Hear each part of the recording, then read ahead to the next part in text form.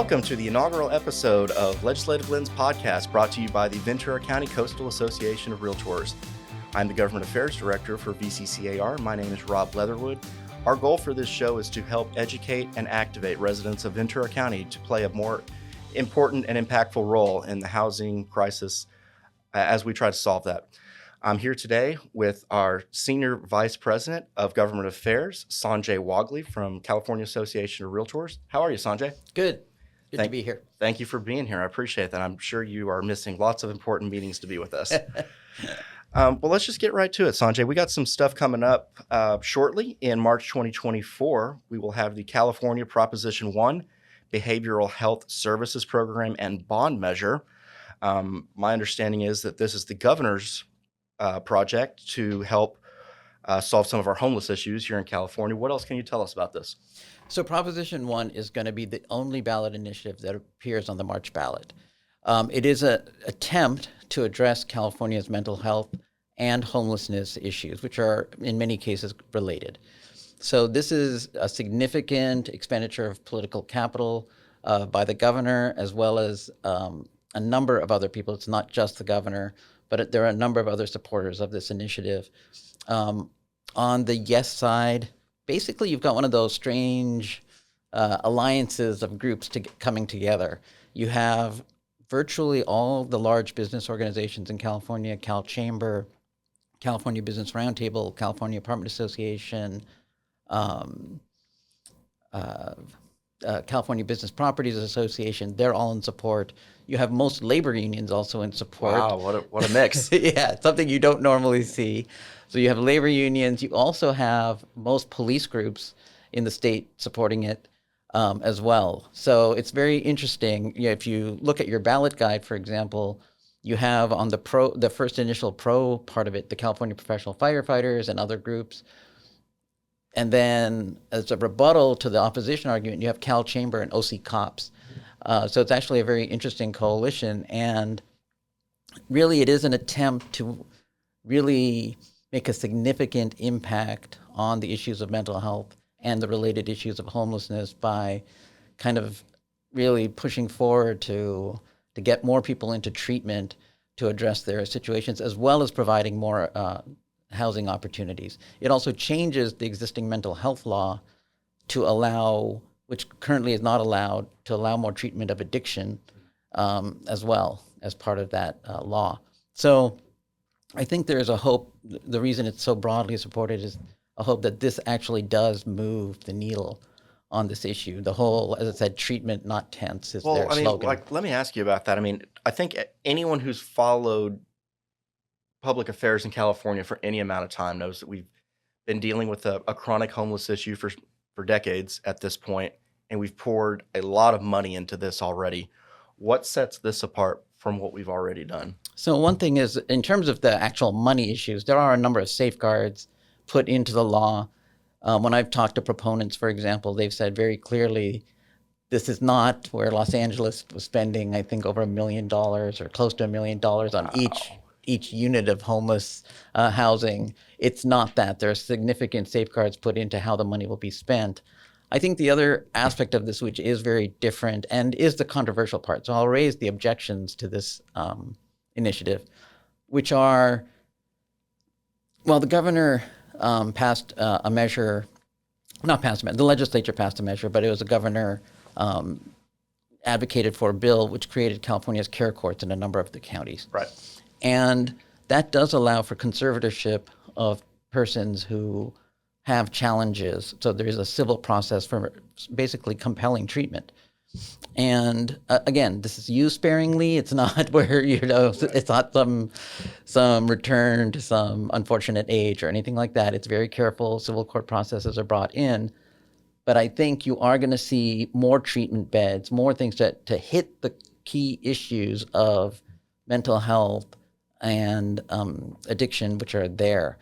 With some of the homeless crisis that we see, the most extreme, and I think that's the thing, this is not like a silver bullet that suddenly it'll address all the issues of homelessness, which in some cases are just, again, due to many, many factors, but to hit the core things which I think most concern people, many years ago, the LA Times and separately, I think it was the San Francisco Chronicle had articles about people in their communities.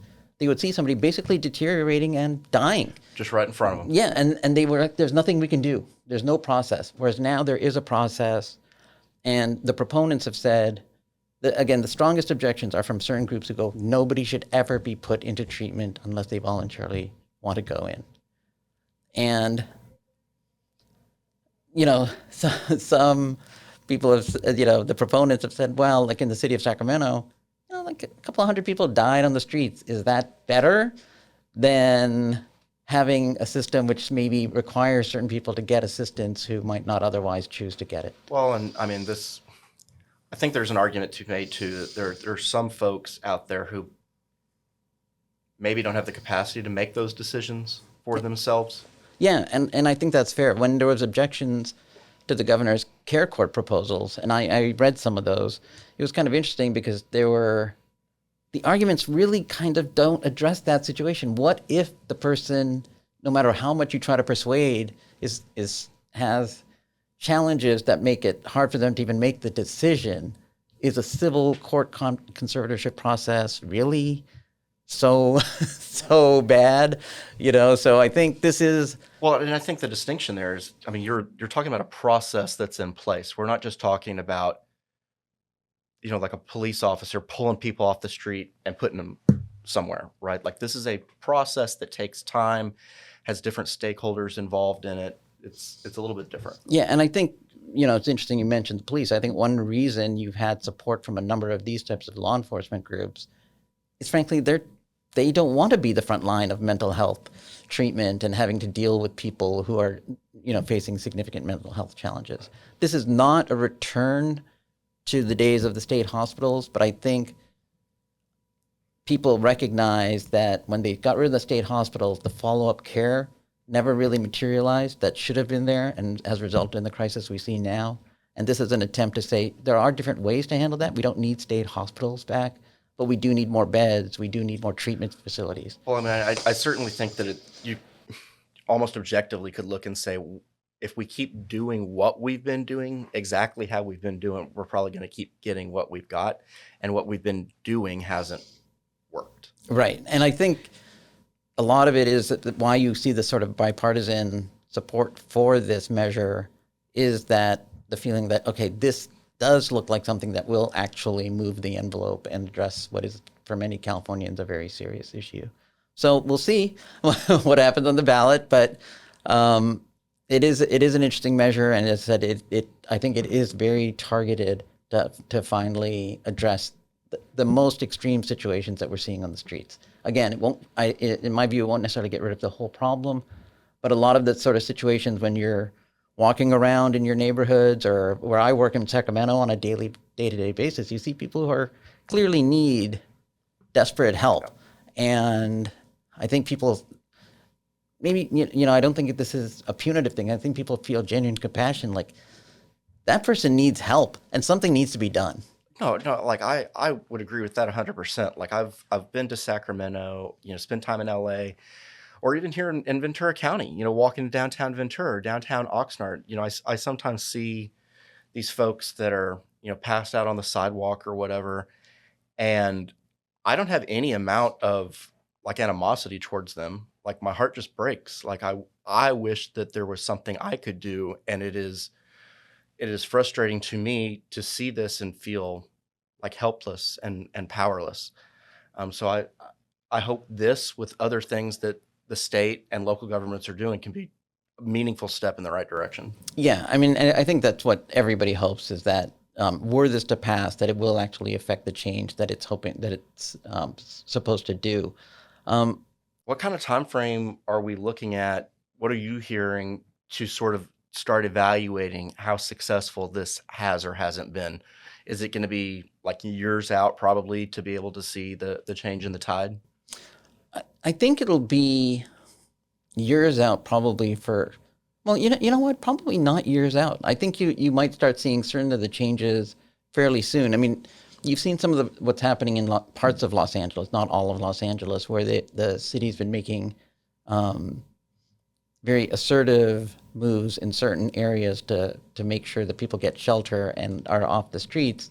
And while again, it's been the challenges in Los Angeles are are considerable, there has been actual tangible improvements in certain areas, and people have been getting housed. So you're seeing some tangible movement almost right away. So I think you'll actually, if this goes according to plan, I think you'll start seeing tangible evidence of success, hopefully within a year or so. So say this passes, next week. How quick do the funds start to get delivered where they need to go? Yeah, that's a good question. The timing with the bond. So yeah, you're right. It might be a little longer. I'm not sure about the exact timing on that. Interesting.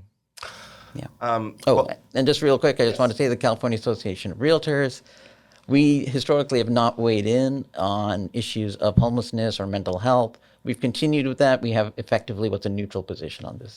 Interesting. I think that I want to remind our audience to like, share, and subscribe on whichever platform you are receiving our content. We always want to be growing our audience. So let's talk about ACA 1. That's going to be in November 2024. That is the California lowers supermajority requirement to 55% for local special taxes to fund housing and public infrastructure amendment. That will be on the November 2024 ballot. Walk us through this one. That's a lot to unpack. Okay. So this is ACA 1. So there is not yet a ballot number for this. Right. So that will be pending. So Proposition 13 in California, which sets, most people think of the limitation, if they remember what Prop 13 stands for, even if they don't remember what Prop 13, the number stands for, they're aware that in California, there's a cap on your property taxes. Right. So that regardless of the cost of your home as it goes up, your property taxes are not based on that increasing value. They're based on the original value plus a yearly increase. So it's not reassessed every so often, and it helps ensure that people have stability in their home ownership, that they won't be, for example, potentially priced out by their taxes as their home goes up in value. But there are other provisions to Prop 13 as well. One of those is to require supermajority levels of voting for certain types of property, for certain types of taxes that affect property. Supermajority defined as? 2/3. Okay. So the 2/3 of voters would, for example, if you wanted to put certain bonds or parcel taxes on a property, you would need 2/3 of the voters to approve that. Okay. This proposed initiative would reduce that to 55% of the voters would be required to pass those measures. There are probably some people out there, Sanjay, that would say 55% is well over, 50 plus 1. What's the problem there? So here's the problem. Okay. So one of the reasons for the 2/3 provision in the property taxes is to ensure, and for Proposition 13 originally, was to ensure that people are able to stay in their homes and are able to, and actually this is more of a problem now than maybe it was back then. So back when Proposition 13 was passed, the problem was as home values are appreciating, it became increasingly challenging, especially for seniors or those on fixed incomes or who don't have the kinds of jobs where you have rapid and consistent increases in salary to keep their homes. Mm-hmm. So that ensured people can stay in their homes.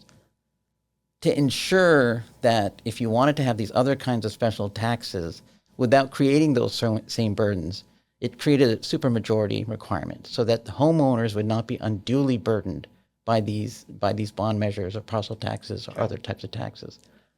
The way I like to think about it is often what these taxes are for social goods. These are things for everybody. So why are those taxes falling just on homeowners? I think that's part of fair. The reasoning behind this is that, okay, if you're going to have something that's going to disproportionately fall on homeowners, which again increases the cost of staying in the home, and now that we're facing this crisis in California, people being able to get into homes at all, right? It increases the cost of homeownership and even getting into a home because it shows that your overall burden of carrying the home is more. So it makes it more expensive to even get into the home. So these burdens to homeownership are now higher than ever. So that's why we're especially concerned about keeping that 2/3 requirement in place. So this would reduce that 2/3 requirement to 55% for for both housing and infrastructure. Now, I have received, Thea, I'm looking at you right now. All right. Go ahead. My question is, in this, is there anywhere defined specifically what qualifies as infrastructure? That feels like a very broad sort of categorization. Okay, so this is a question I often get working with the California Association of REALTORS is why would the realtors oppose lowering the vote threshold for, say, housing? Well, I'm not ruling out, for example, depending on the parameters, that's a valid discussion. But there is housing and infrastructure. If you actually look at the measure and don't pay attention too much to the details, you see some itemized aspects of infrastructure, public libraries, certain facilities, but it's including but not limited to those. So it's a broad spectrum of infrastructure, broadly defined. It could be anything that's, and by the way, including broadband internet, that's in there. So it's a very large spectrum of things that could be included under infrastructure. And again, these are things which presumably benefit the whole community. So once again, you're going to tax homeowners again in general, specifically for these social goods, making it again much more expensive potentially to own a home and to even stay in your home. Well, it also occurs to me that, when you talk about like infrastructure projects, you're almost never going to be talking about something with a low price tag. Okay. So it seems to me having this wide open for anything can be considered infrastructure. I mean, as you just alluded to, it's including but not limited to. So it's like, why even have the list to begin with? But we're talking about projects that could get very expensive very quickly that could potentially just be put on the backs of homeowners. Correct. And again, this is the main reason why we strongly oppose this. These are things which could have a very significant effect on homeowners. These are social goods, which again could be spread among the community as a whole, will disproportionately hurt our homeowners and potential home buyers. So it's not just existing homeowners. It makes it that much more difficult to get into a home. Yeah. Now, rewind the tape back to the 70s when Prop 13 was initially passed.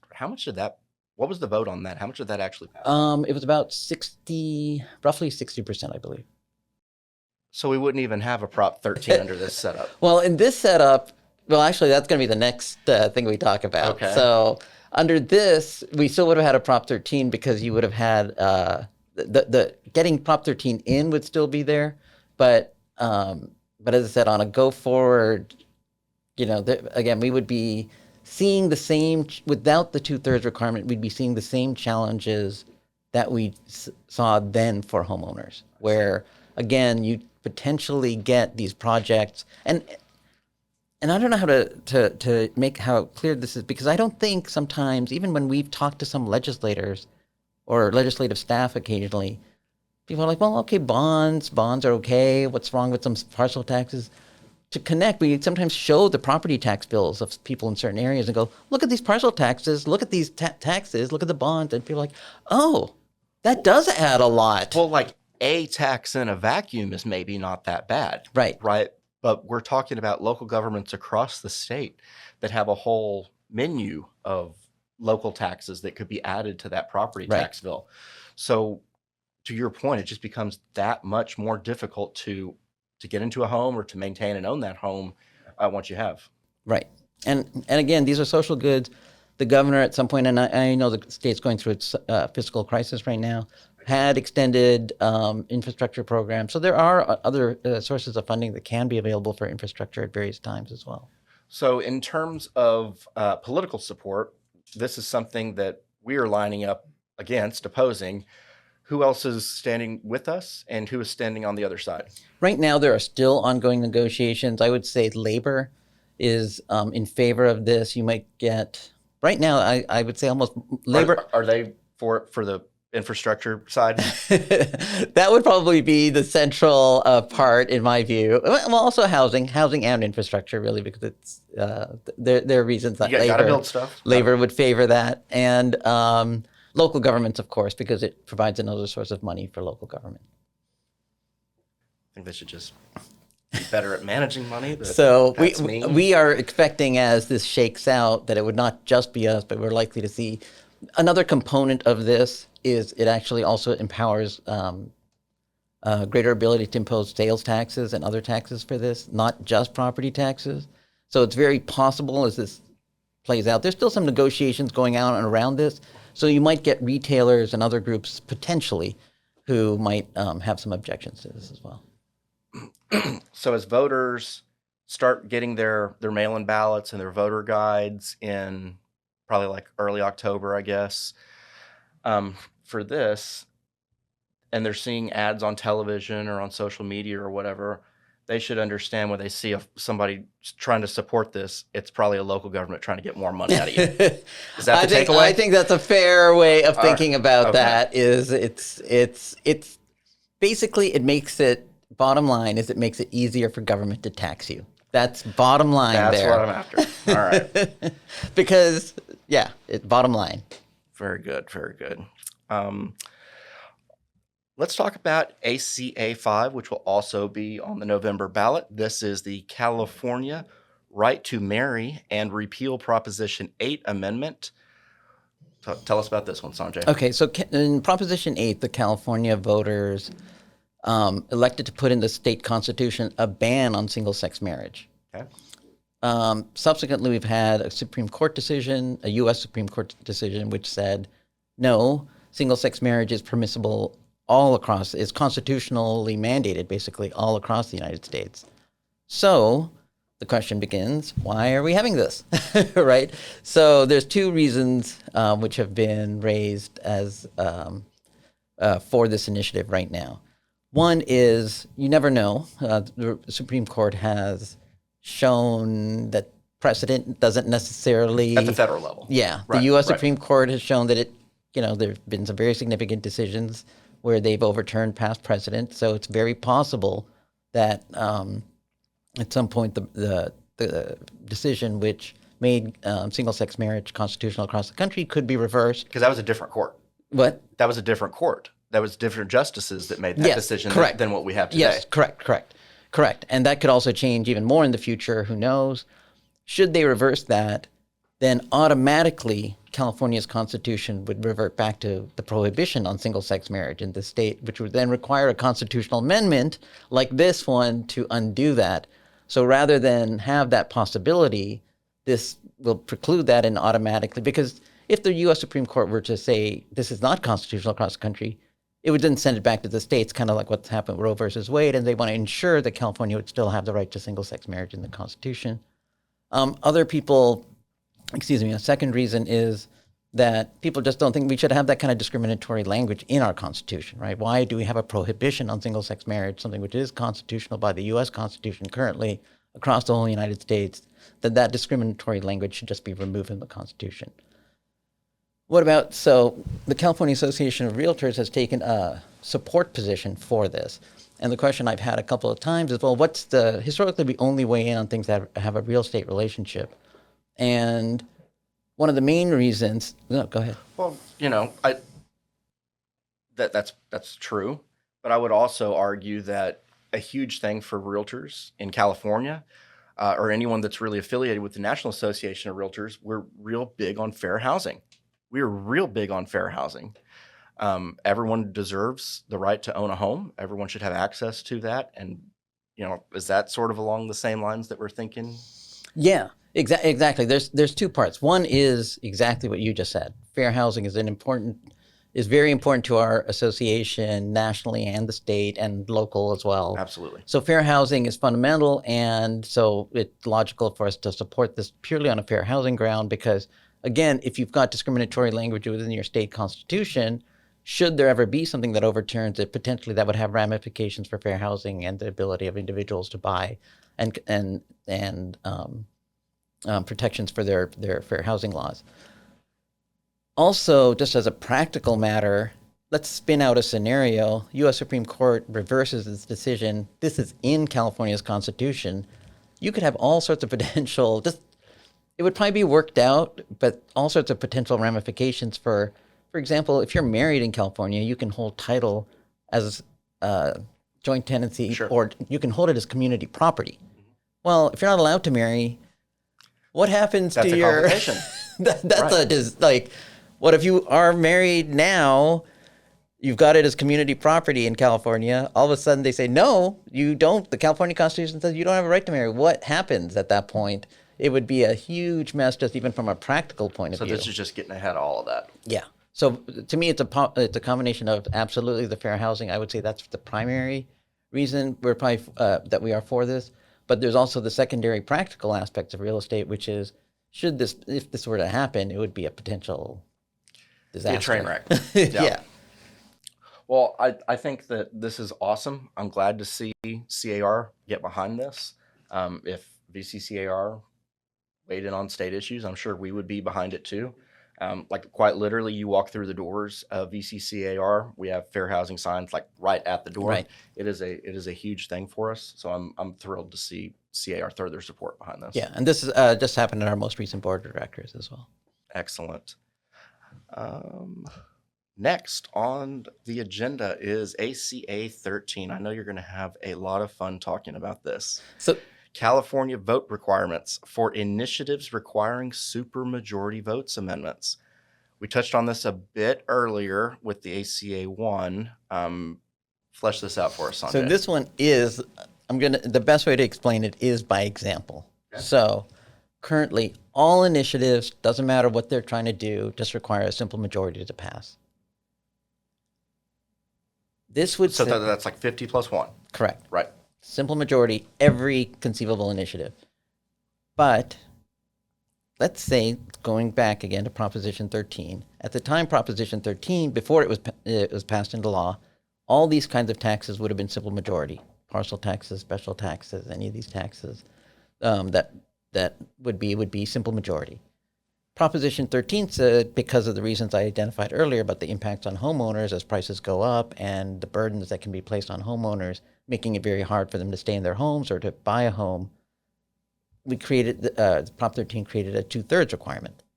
And about 60% of the people voted for that. A very popular initiative. 60% is a very high. That's incredible. Yeah. Getting so 60% of people to agree on anything. So, that you had it. Now, if this measure were in place, it would say, oh, you want to raise vote threshold to 2/3? You need 2/3 of the voters to vote that in. So Prop 13 would not have passed. And because you would have needed 2/3. So that's the best way, I think, to explain it is by example, because otherwise, frankly, this one gets confusing. It does get confusing quickly. And look, this to me is a transparent attempt, and I'll talk about the reasons about why this is on the ballot at all. And by the way, they're aware that people feel like this is kind of an attack on Prop 13 vaguely, and I'll talk about why it is, or why it has very bad implications. So there's actually language in the initiative that says, oh, this isn't meant to touch or do anything to Prop 13. Right. And it doesn't right away. That's true. It doesn't. The existing Prop 13 law is not changed by this, but one thing it does is it makes it much more tempting to take on the 2/3 requirements in Proposition 13 because you can pass getting rid of the 2/3 with a simple majority.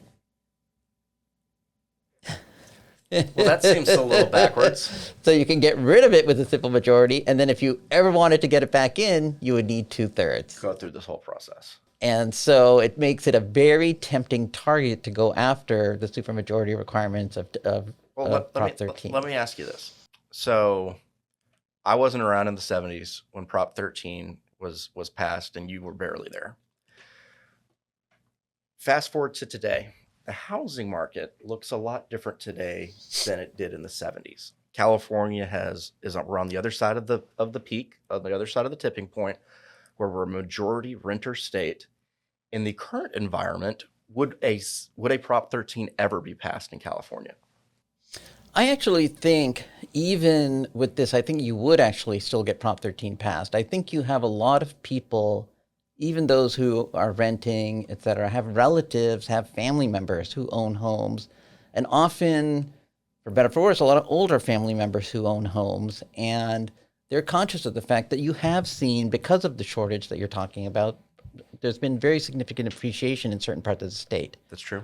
And those things can actually, they're conscious, like, wait a minute, I don't want my relatives, my friends to lose their homes because of increasing taxes. And people think of this often, and we're actually working on a study which will probably get out sometime this year about certain communities where people perceive this as, oh, well, this is older California benefited from this, and not the younger people or ethnic voters, homeowners haven't benefited as much. Not true at all. We've been looking at certain areas like Compton and Southgate, which are heavily ethnic ownership.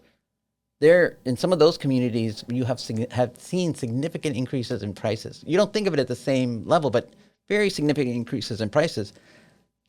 And if they'd have to pay without Prop 13, it could risk basically real American dream home ownership would be at risk because of the taxes they would have seen go up. So I think you would still potentially have a Prop 13. Now, would you get 60%? That's a good question. Right. Or would you get 2/3? I don't think you can get 2/3 for almost anything. So that's just going to be a really hard challenge for anything. But I do think that people understand the value of Prop 13, even if they're not current homeowners, because they know people, they still might have aspirations of home ownership. And you talked about fair housing earlier. I think one thing we always have to think about in terms of Prop 13 and some of the benefits of home ownership is you had this great benefit from Prop 13, which did accrue primarily when California was less diverse and had less diverse home ownership.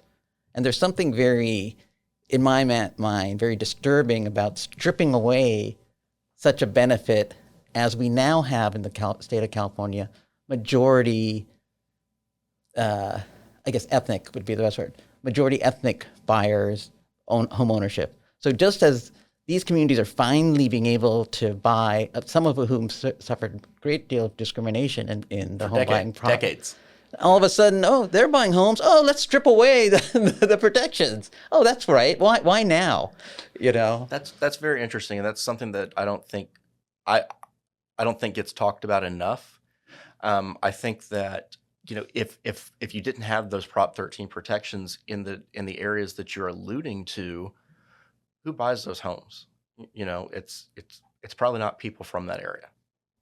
Well, actually, in places like again, Southgate and Compton, places like that, you've got it's people who've the immigrant populations of a lot of those cities are extremely high. So you've got it's again this new diverse pool of buyers in California. It just seems wrong to say, oh well. Well, and on the Prop 13 too, I don't want to spend a ton of time on this, but you also have like Prop 19 that's in play for some of these people who have owned homes for years and years and years or generations. Right. Prop 19 is another tool in their belt that I don't think a lot of people understand how that works either. But if you want to keep the home in your family, that's a great tool. That's something that Yeah. So I think you've got, it's something that irks a lot of us who work for the Realtor organization in Sacramento, because increasingly you have a lot of members talking about social housing, looking at Austria and other places, which frankly to me are completely inapplicable examples for the United States of America, but regardless. But again, to me, it's disturbing that all of a sudden we're talking about social housing, you can rent forever. And what happened? So again, all those benefits of home ownership that have had incredible benefits for when California was less diverse, again, are stripped away from newcomers. It's just wrong in my view. I agree with that. Remember to like and subscribe. And I'm sorry, Rob, just one thing, if we could go back. Yeah. So the reason I just wanted to point that this has been put in place, there's an initiative called the Taxpayer Protection Act. I'm familiar. Which is from the California Business Roundtable, strongly opposed by labor in this state. And what is that California Taxpayer Protection Act? What is the sort of like highlight level? Well, on some things it helps actually restore certain Prop 13 protections, which by California Supreme Court have been removed on the initiative process. Sorry, on the vote threshold issue. So there's some direct property, positive property tax aspects to it. But what it really does, and what concerns, I think, the opponents the most is that it basically will put almost all taxes to the people's vote. In many cases, requiring a 2/3 vote of the people for many of those taxes. And basically, so a lot of people, especially labor, local government, are strongly opposed to that because they fear it could have very strong negative impacts on revenue. So, and it is kind of an interesting measure. It is actually right now being considered by this California Supreme Court, which is very rare.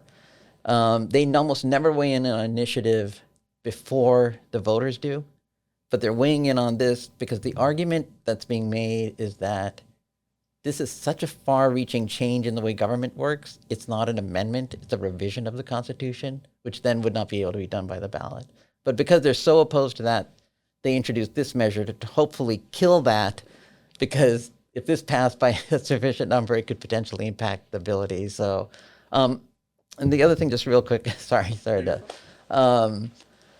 is I think one thing which is kind of ironic or funny about this initiative is that many of the same proponents of this initiative, changing the supermajority requirement, are the same people who, when Ohio, for example, right, North Carolina, Florida, changed their voting requirements basically to try to stop abortion laws.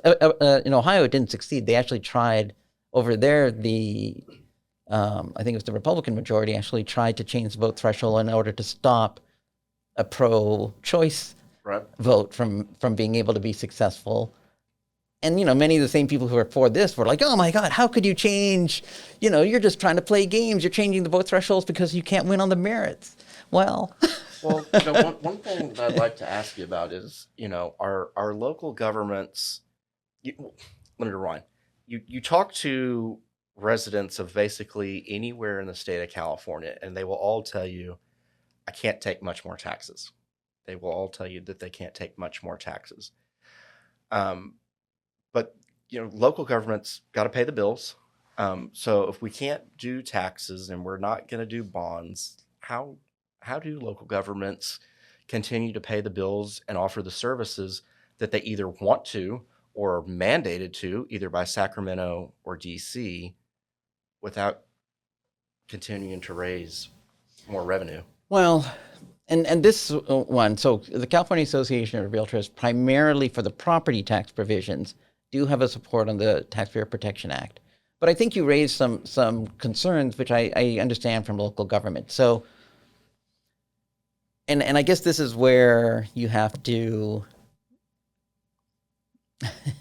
it's an interesting question, because I think the approach of the people who are trying to pass some of these measures, which is, hey, if these are services that are valued by the people, they'll vote for them. And Californians have not, for example, Jerry Brown, a couple of years ago, well, more than a couple of years ago now, but had sort of put it to the people when he was facing a considerable potential deficit, was, hey, you want to raise taxes? You want to cut the budget? What do you want to do? And put it to the vote. So I think the proponents of this would say, you know what? The money's there for you if you can tell people why that money's going to be, how it's going to be used, and what are the programs for. So, I think that's where the proponents would be like, look, at California have not had a problem necessarily paying for or going for taxes if they think the services are worthwhile. They like knowing what they're getting for their money. Yeah. So that would be, I think, the people who would say, where's local government supposed to get their money? I think local government will get their money from the voters if they can make the case. Yeah. So, but we get, and again, going back to the property tax issue, our bigger issue on that is just where does the revenue issue fall? Why is it falling disproportionately on property taxes for social goods? Let me ask you this, and this actually just popped into my head. Why do I see across the state at both the local and the state level, we're going to do a new tax on, or we're going to do a bond on residential property? Why do these things never seem to be attached to commercial property? Well, some of them do.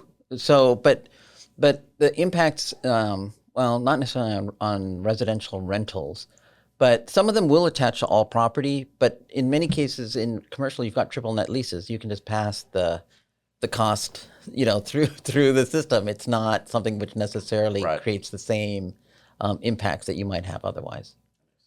And also, businesses have a whole set of other deductions and other things that they can often offset some of those. So it's maybe just not a super reliable funding source. Yeah, well, I think again they'll put some of these they attach to property, so you'll see commercial. I mean, they'll attach to property, but again, I think it's the homeowner who, I mean, things have become challenging in the post-pandemic environment for a lot of commercial property. So maybe you're going to see, but a lot of these will attach to commercial as well. So not commercial property, but you are seeing in certain parts of the state vacant land taxes getting brought back up. Yeah. So I mean, you're going to see. Yeah, I mean, basically, you're seeing taxes everywhere. No, they're trying to be very creative in the way they get paid. But no, a lot of the bond ones do attach to all real property.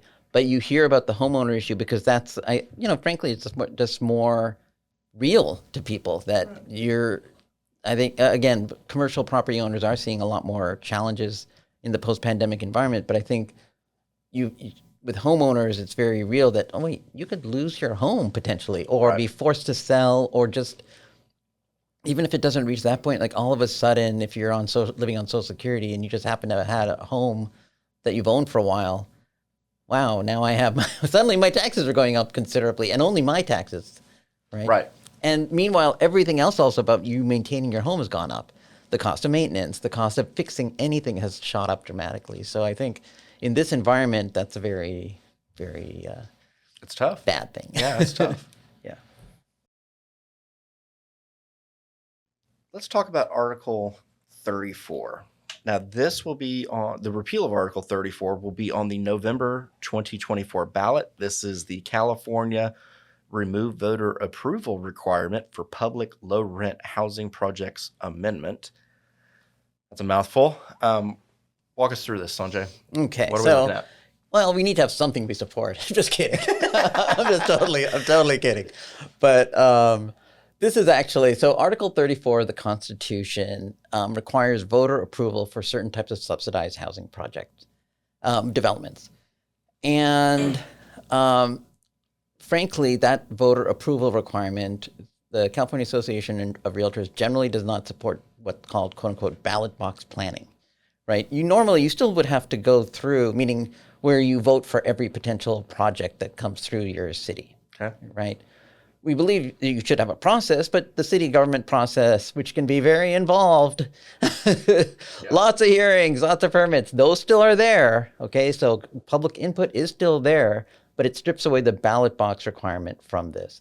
And that ballot box requirement, by the way, hasn't stopped these kinds of projects from being built, but it's created this enormous legal hurdle because either people try to avoid the ballot box, in which case it can be done, but it's really expensive, legally it's complicated, or you have to have a ballot box, which adds to the cost of any of these projects. And so to be clear, we're talking about, when you say a ballot box, we're talking about putting a project to the voters. Correct. For approval. Correct. Okay.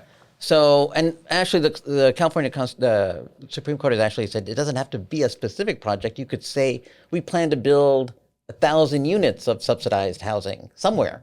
Do you approve that? And that can be done that way. So there have been some erosions of it too, but this is a matter of getting development done.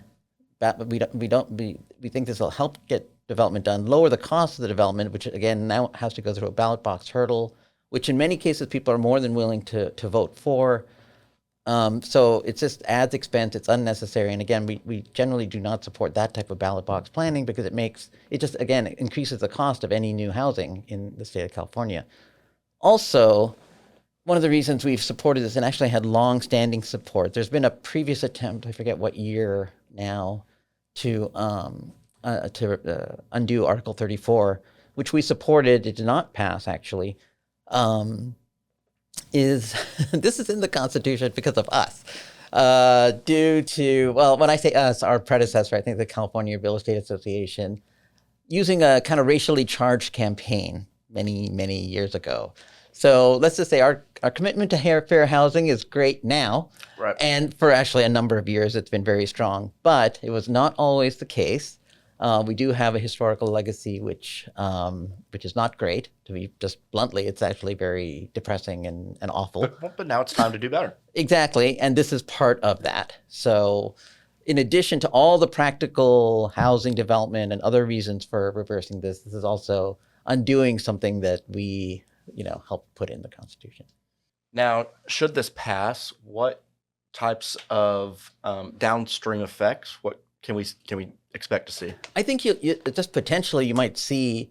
Well, we're hoping that you would just get, if subsidized housing developments pencil out, because it still has to go through, and it still goes through the normal planning process, but it'll potentially help reduce the cost of those developments and make them reduce the hurdles to their development. Well, I know we could definitely use some affordable housing in Ventura County, and by some, I mean a lot. In fact, there are some rumblings that we will see a local affordable housing bond on the November ballot as well. So this is very interesting. Yeah. And so, again, there are still some types of subsidized housing developments which can go up without going to the ballot box, but it results in all this legal maneuvering, which doesn't need which to is be time done. And money. Yeah. All right, so let's cover, this is a big one. Let's talk about a potential repeal of Costa-Hawkins that will be on the November 2024 ballot. This deals explicitly with rent control. Kind of give us a little bit of history on this, where we've been and where we're going. Sure. So the Costa-Hawkins Rental Housing Act of 1995 is a law that prevents extreme forms of rent control from coming into place.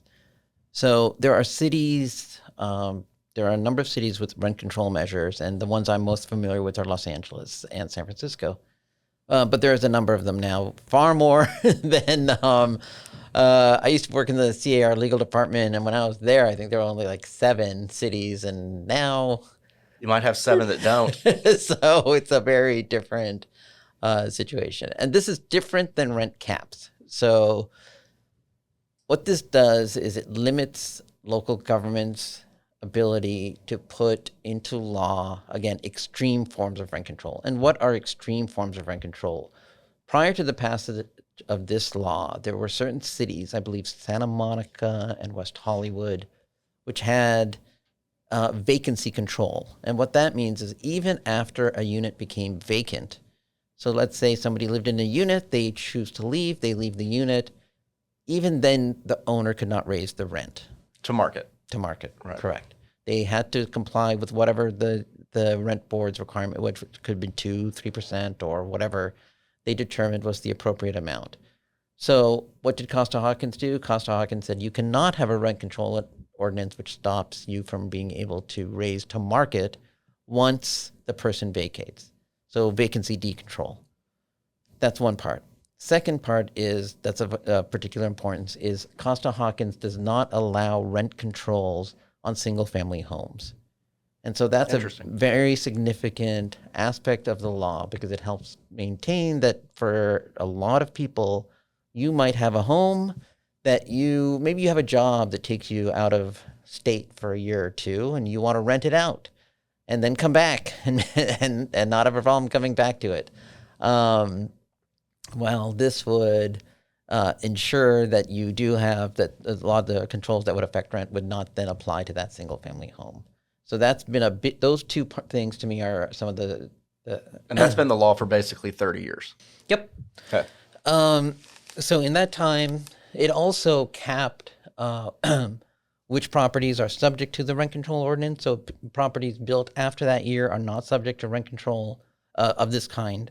And cities that had rent control ordinances in place, such as Los Angeles, were limited to the year that the ordinance went into effect. So in Los Angeles, this more stringent LA rent control only applies to properties, I believe it's before 1978.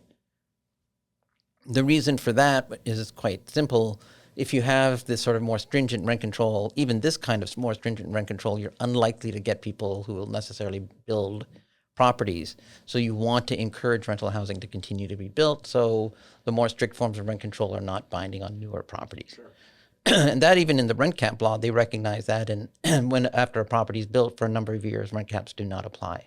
Now, the Costa-Hawkins Act in 1995, did it deal explicitly with like rent prices, or were there tenant protection measures in there as well? The primary focus, it was on the control, that was about the prices and the ability of housing providers, the ability of local government to impose, basically put parameters around any rent control ordinance that a city could enact. So if someone were to think that repealing Costa-Hawkins is going to improve your tenant protection situation, that would not be true. That's accurate. Okay. Yeah, that would not be true. Simply repealing Costa-Hawkins does not change anything with respect to what's going on with the tenant at present. So this law has been in place for quite a while. It's been created a great deal of stability, frankly, for housing providers as well as tenants, an understanding of the marketplace. People have accommodated those who are in business with properties that fit within the existing rent control ordinances, are able to deal with it. Our state also, as you are aware, has rent caps, which also limit increases statewide. And that would be 1482 and then 567. Correct. Yeah. So AB 1482, AB 567. So we actually have a rent cap law in place in the state. So in a way, we actually do have statewide controls on rent at this point, Right. which stop various types of extreme rent control, extreme rent increases, which were primarily the reason for a lot of these rent control ordinances. So we already have in the state, in a way, a form of statewide rent control. Yeah, we for sure have rent stabilization statewide. Yeah, effectively, Yeah. yes. But this would, again, this Costa-Hawkins is still important because it keeps in place these extreme forms of rent control. It, quite frankly, would basically compel a lot. If Costa-Hawkins was removed, in my view, it would compel a lot of people out of the rental business. So you would actually probably end up with a reduced amount of rental supply because people would get out of the business. Well, if that's true, and I have no reason to think it isn't, somebody is going to fill that space. If the mom and pops are out, really the only ones left is the corporations. Right. Corporations, which might come in, or simply they get taken off the market completely and go to other uses, commercial uses or other uses. But you're right. A very strong possibility is corporate ownership of these properties, which many studies have shown are far more detrimental, frankly, for tenants than living under a mom and pop. And even some of our more, let's say, extreme members of the legislature have recently recognized that, saying, yeah, there is a difference between large corporate owners of especially single-family properties, which is what often mom and pops own, or small 1 to 4 unit properties, between the owners that are often mom and pops versus large corporate entities. A lot of those mom and pop owners are happy just to have a good tenant on their property. And they will routinely go years and years and years without raising the rent. They're always taking care of their tenants. I mean, it is a completely different deal. Right. And so I think that's one of the things is removal of the Costa-Hawkins law, undoing it would have, serious ramifications. Also, again, it's not clear whether all those units would come back. We're also likely to get fewer rental housing to be built into the state at all, if that's the case. Because again, even under the state rent caps, they recognize new construction should be exempt for, I can't remember the number of years, but they're exempt for the rent caps because they recognize we need new rental housing to go on the market. This would take that all potentially off because once it's gone, local governments could do whatever they want. So we're potentially talking about an already terrible situation becoming worse. Oh yeah, much worse. So walk me through the politics of this. Who is pushing this, and who is on our side opposing it? Okay, on our side are basically every conceivable housing provider in the state is opposed to this measure. There are certain groups, other non-housing provider groups, that recognize that this would have a detrimental, so pro-housing groups in general will also support, I like to think we're a pro-housing group, but Sure. anyways, other pro-housing groups would also oppose this measure because, again, we know it'll have strongly negative impacts on the rental housing market. So basically, the strongest will be the housing providers as well as those who wish to supply and make sure that we get rid of the housing crisis in California. I know here locally in Ventura County, when you go to any sort of chamber event or any other sort of civic organization that puts on a presentation of an economic nature where there's a survey involved, 10 out of 10 times when you talk to business managers, business owners in this part of the state, and you ask them, what is the number one challenge that you face keeping your doors open? 10 out of 10 times, it's finding affordable housing for their people to live. Mm-hmm. Yeah, and again, this would make the situation worse. Everybody, usually when people think of the anti-rent control arguments, everybody always thinks about, oh, well, this is a conservative. It's not. It's Milton Friedman, although he's deceased, to Paul Krugman, the very liberal New York Times columnist, has pointed out the flaws of having rent control as a model. No, the data is clear on this. I mean, nobody's thinking, oh, San Francisco, that's affordable.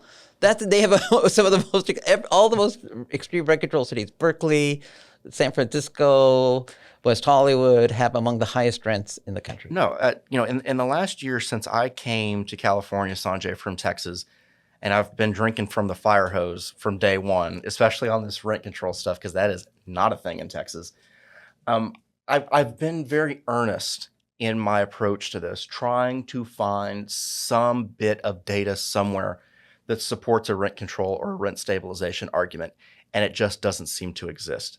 I cannot find, no matter how hard I look, one documented case on the West Coast of rent control or rent stabilization actually bringing down the cost of housing in that area. Right. I can't find one. Yeah. No, and that's what I mean. The economic, we've just sort of touched on some of the economic issues because you don't get building, you might get people leaving the marketplace. There's a whole slew of things that happen. Or they'll get 1 foot out and just stop investing in their property. Correct. Yeah. So everything, and so you get arguably in the long run detriment to the overall housing stock of the city. Well, then, there's a whole discussion to be had about, it's very clearly like detrimental for housing providers or property owners. But let's even set that discussion aside for a moment. This is a bad situation for renters. Oh, yeah, absolutely. What you end up seeing is that most of the benefits that come in a rent control scheme accrue to the top. And so the people that need the help most never get it delivered to them. Well, I think you touched on one of the big issues with it, which is there's no means testing, right? So, a lot of the people who live in these, in San Francisco, where a lot of the newcomers to the city, frankly, are people who worked in software, et cetera, who are earning incredibly great wages, who move into a rent control apartment. Right. And so a lot of the benefits of rent control do not accrue to those who would most be in need of it. Oh, no. You see other instances of a essentially pseudo black market that gets created with finder's fees for people. I mean, it's quite literally, there's no upside to this. Right. And, when you say about the black market or side deals or what's going on, or also limited access, maybe they don't there's all kinds of things that happen in a market like that. Anytime you have those kind of government controls, you always end up with that sort of situation. And necessarily people who wind up at a property that they found on that black market are not going to have the protections that they need. So CAR is going to be weighing in on this in November. How does CAR feel about it, Sanjay? So we strongly oppose the repeal of Costa-Hawkins. And again, when you said who opposes it, again, all housing providers, those who are pro-housing, and this is to date been a bipartisan issue.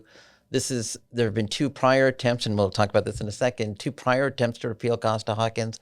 Governor Gavin Newsom, who I'm sure anybody listening to this call does not perceive as a conservative. I don't think he's ever been confused for So, well, he's not, anyways, he's not as what I think what people sometimes perceive. But, he's not perceived, at least, as a conservative.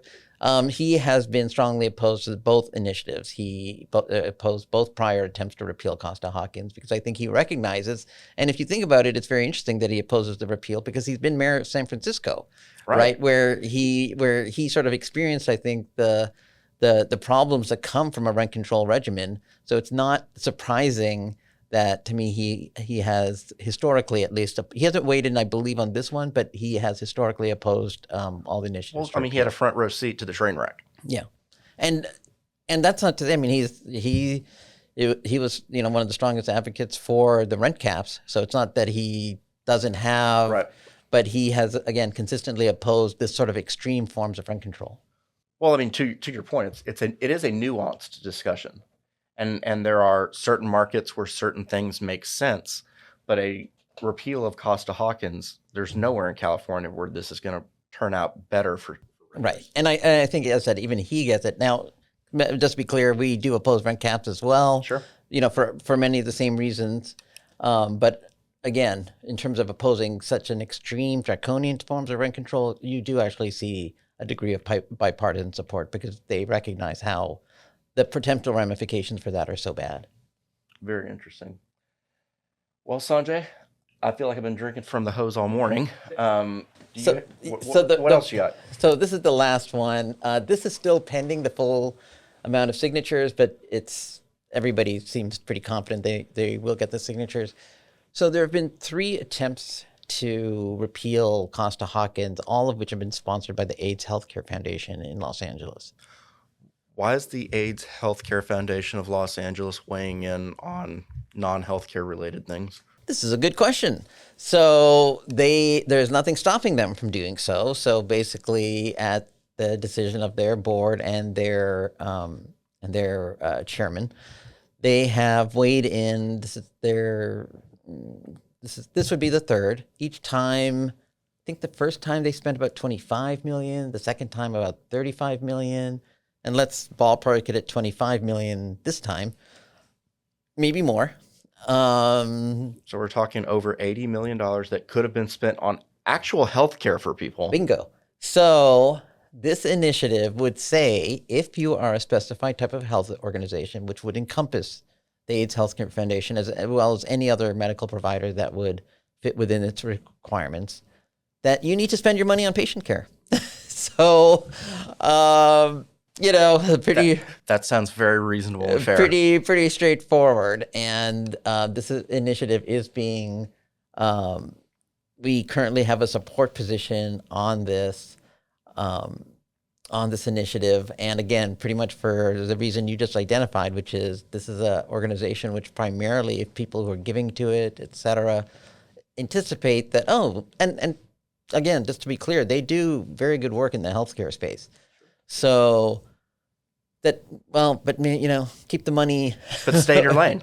Basically, stay where your expertise is, and where, again, I think also people expect, given the name of the organization and given where they have actually done, again, a great deal of good work, that's where the money should go. And that's what this initiative would do for this organization and any other organization that fits within those parameters. Right. So it's not a targeting of these people. It is a principle that you should spend the money on because you brought the money in for. Yeah, basically. Correct.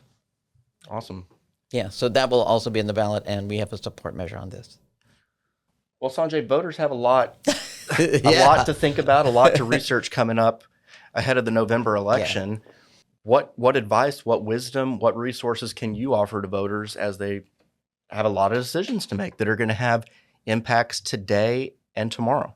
Well, we'll have, similar to this discussion, we're probably, as things get closer to the November ballot, again, we've taken no position on Proposition 1, meaning a kind of a neutral position on Proposition 1. So that's why you're probably not hearing. I actually do podcasts as well, and I did do one with the proponent. What is the name of your podcast? Unlocking California Politics on Spotify, if you want to look at Unlocking California Politics, which includes a discussion of Proposition 1. But as we get closer, you will actually get mailers and other information for us on those which are core to CAR. Just to be clear, we don't weigh in general on things that don't impact our core interests, okay, meaning real estate. And that's broadly defined because there's a real estate organization and Under all is the land. and one who speaks for homeowners in addition, or we like to speak for homeowner interests. It's a fairly broad panoply of things that we can be interested in. But people all say, well, how come you're not involved in this or that initiative? Or we try to stay very much real estate focused. If there's an initiative that affects everybody, including people. That's a quality of life discussion. Yeah, or something bigger, we generally will not touch on. So you'll see a lot of initiatives where you're not going to hear from us. We might have personal feelings, maybe members of our board, or even our leadership might have some personal feelings about, but we're not going to weigh in on. We typically, for example, I'm not saying this is always going to be the case, but we typically don't weigh in on certain crime initiatives, or because again, that affects everybody, as opposed to the core issues that we are a part of. Gotcha. All right. Thank you, Sanjay, for being here. We've learned a lot. Voters, again, have a lot to research and to think about in advance of November. Remember to like and subscribe our podcast and our web series. You can find it at YouTube, Spotify, and a number of other places. If you need to reach out to us, you can find my information at VC, as in Ventura County Realtors.com, or you can find Sanjay at CAR.org. All right. Thanks, Rob. Thank you, Sanjay. We'll see you next time.